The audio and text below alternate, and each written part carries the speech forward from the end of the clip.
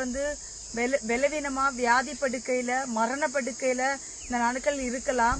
இது வந்து எல்லாருக்குமான செய்தி கிடையாது. இது எதோ யாருக்கோ ஒரு ஆளுக்கு இந்த வார்த்தையை தேவன் கொடுக்க விரும்புறாரு. அதனால இந்த வார்த்தையை கொடுக்கிறாரு.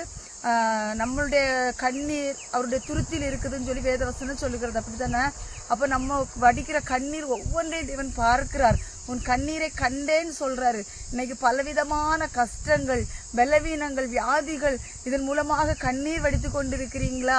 கர்த்தர் இந்த நாட்கள் உங்கள் நடுவில் ஒரு அற்புதத்தை செய்ய விரும்புகிறார். நீங்கள் விசுவாசித்தால் அந்த அற்புதம் நிச்சயமாக நடக்கும். டாக்டர்ஸுகள், மனிதர்கள் யார் வேணாலும் நம்மளை கைவிட்டு இருந்திருக்கலாம். நம்மை கைவிடாத தேவன் நம்முடைய இயேசு கிறிஸ்து மட்டும்தான். உன் தாயும் உன் தகப்பன் உன்னை கைவிட்டாலும் உன்னை சேர்த்து கொள்கிற உன் தேவனாகிய கர்த்தர் நான் என்று தேவன் சொல்லியிருக்கிறார். அதனால நீங்க எதை குறித்து கலங்காதீங்க. உங்களுடைய கண்ணீர் ஒவ்வொன்றையும் தேவன் பார்த்து கொண்டுதான் இருக்கிறார். உங்களுடைய ஜெபங்கள்